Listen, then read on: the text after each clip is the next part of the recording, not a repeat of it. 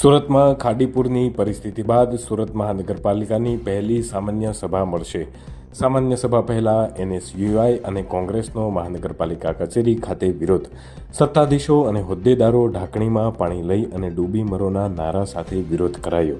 સુરતમાં ખાડીપુરના પાણી રોકાતા નથી અને સિંધુ નદીનું પાણી રોકવા નીકળ્યા છે તેવા શબ્દો સાથે પણ વિરોધ કરવામાં આવ્યો. ખાડીપુર રોકાતું નથી અને વિસાવદરને પેરિસ બનાવવાની વાતો કરતા લોકો ઢાંકણીના પાણીમાં ડૂબી મરોના નારા સાથે વિરોધ કરાયો. વિરોધ કરી રહેલા કોંગ્રેસ અને એનએસયુઆઈના કાર્યકર્તાઓની પોલીસ દ્વારા અટકાયત કરવામાં આવી.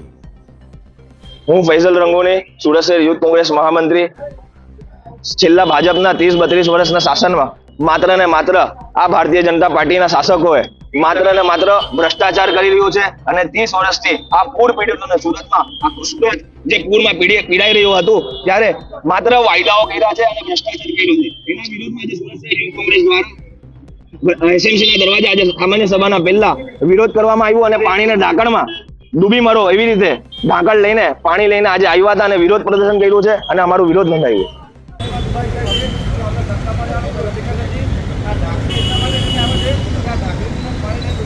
ગાડી મોકલજો ફરીથી.